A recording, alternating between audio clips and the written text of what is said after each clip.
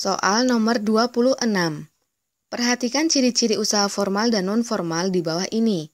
1. Tidak memerlukan izin usaha. 2. Harus membayar pajak. 3. Modal relatif besar. 4. Administrasi sederhana. 5. Berbadan hukum. Yang merupakan ciri-ciri usaha formal adalah A. 1, 2, dan 3. B. 2, 3, dan 5. C. 1, 3, dan 5. D. 3, 4, dan 5. Atau E. 2, 3, dan 4. Ciri-ciri usaha formal antara lain harus membayar pajak, modal relatif besar, dan sudah berbadan hukum dalam menjalankan kegiatannya. Berdasarkan pilihan jawaban yang ada adalah sebagai berikut. 1. Tidak memerlukan izin usaha merupakan ciri dari usaha non-formal. 2. Harus membayar pajak merupakan ciri dari usaha formal. 3. Modal relatif besar merupakan ciri dari usaha formal. 4. Administrasi sederhana merupakan ciri dari usaha non-formal. Dan 5.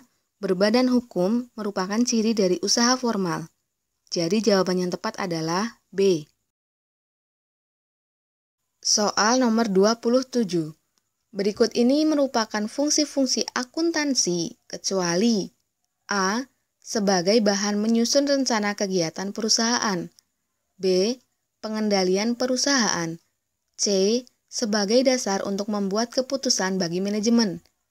D. Sebagai alat untuk mengawasi dan memata-matai perkembangan perusahaan lain. E. Sebagai pertanggungjawaban kepada pihak-pihak eksternal perusahaan agar mereka dapat mengambil keputusan masing-masing. Fungsi akuntansi antara lain, yang pertama, sebagai bahan menyusun rencana kegiatan perusahaan. Yang kedua, pengendalian perusahaan. Yang ketiga, sebagai dasar untuk membuat keputusan bagi manajemen. Dan yang terakhir, sebagai pertanggungjawaban kepada pihak-pihak eksternal perusahaan agar mereka dapat mengambil keputusan masing-masing. Jadi, yang bukan merupakan fungsi akuntansi adalah pilihan D. Soal nomor 28. Berikut adalah transaksi-transaksi yang terjadi pada CV Mandiri Cipta Karya. Berdasarkan pencatatan transaksi di atas, pencatatan ke dalam persamaan akuntansi yang benar adalah A, B, C,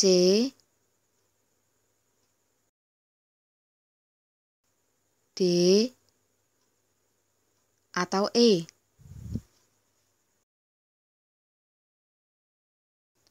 Persamaan dasar akuntansi adalah harta sama dengan utang ditambah modal. Pada tanggal 2, saldo kas 30 juta rupiah dan modal 30 juta rupiah. Pada tanggal 4, membeli perlengkapan salon 7 juta rupiah secara kredit. Berarti perlengkapan bertambah 7 juta rupiah dan utang bertambah 7 juta rupiah. Pada tanggal 6, membayar sewa untuk 3 bulan. Berarti kas berkurang 1 juta dikali 3 bulan sama dengan 3 juta rupiah. Dan modal berkurang 3 juta rupiah untuk biaya sewa di muka. Dengan demikian, saldo kas sama dengan 7 juta rupiah, saldo utang sama dengan 7 juta rupiah, dan saldo modal sama dengan 27 juta rupiah yang berasal dari 30 juta rupiah dikurangi 3 juta rupiah. Jadi jawaban yang benar adalah E.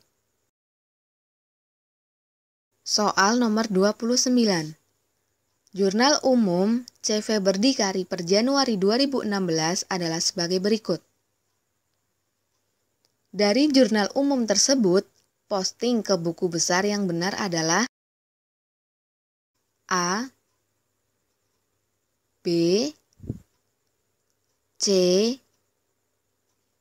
D, atau E. Dari kelima pilihan tersebut, yang paling tepat adalah pilihan jawaban A. Caranya, tinggal memindahkan dari jurnal yang telah ada ke dalam jurnal sesuai dengan nama akunnya sendiri-sendiri. Jadi jawaban yang paling tepat adalah A. Soal nomor 30. Di dalam neraca saldo CV Mutiara Advertising terdapat perkiraan beban iklan sebesar Rp960.000. Iklan tersebut dibayar untuk 12 kali terbit. Sampai tanggal 31 Desember 2015, terbit 10 kali iklan. Jurnal penyesuaian yang dibuat adalah A.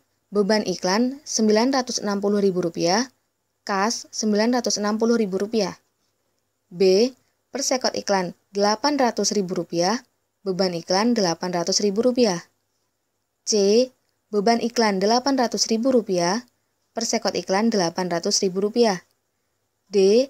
Persekot iklan Rp160.000, beban iklan Rp160.000. Atau E. Beban iklan Rp160.000, persekot iklan Rp160.000. Pembayaran biaya iklan tersebut berarti dicatat menggunakan pendekatan laba rugi. Dengan demikian, sampai tanggal 31 Desember, iklan yang sudah menjadi beban adalah sebesar Rp800.000 untuk 10 bulan. Sedangkan sisanya Rp160.000 merupakan persekot asuransi atau asuransi yang dibayar di muka. Jadi jawabannya adalah B.